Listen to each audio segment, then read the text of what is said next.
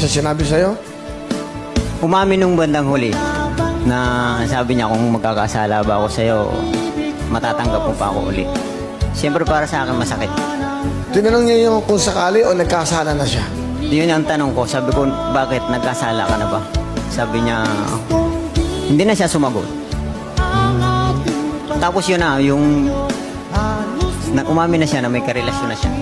Hanggang sa pag-uwi rito, sinama sa bahay. Ha? Ano? Sinama pa sa bahay niyo? Opo. Pilipino? Pero nagpaalam po siya sa akin na baka pwedeng isama ko dyan. Kasi nga, hihiramin daw yung bunso namin. Pumayag po ako. Pumayag ka? Para sa mga bata, gusto nila makita eh. Gusto nila makita yung anak ko. Masakit. Kasi nakakapanghinayang. Almost 16 years po kaming nagsama.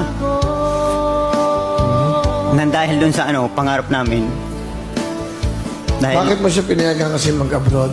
Na dapat ikaw na lang ang umalis para yung mga anak mo may kalinga na isang ina. Ayaw na bunso. Ano nararamdaman mo nun? Masakit. Kasi siyempre nakakapanghinayang. Sobrang nangihinayang. Kahit hanggang ngayon. Pero unti-unti nang Pero nakaka-recover. ngayon ba may asawa ka? Wala po. Hindi ko magawang dahil yung mga anak ko, 4 na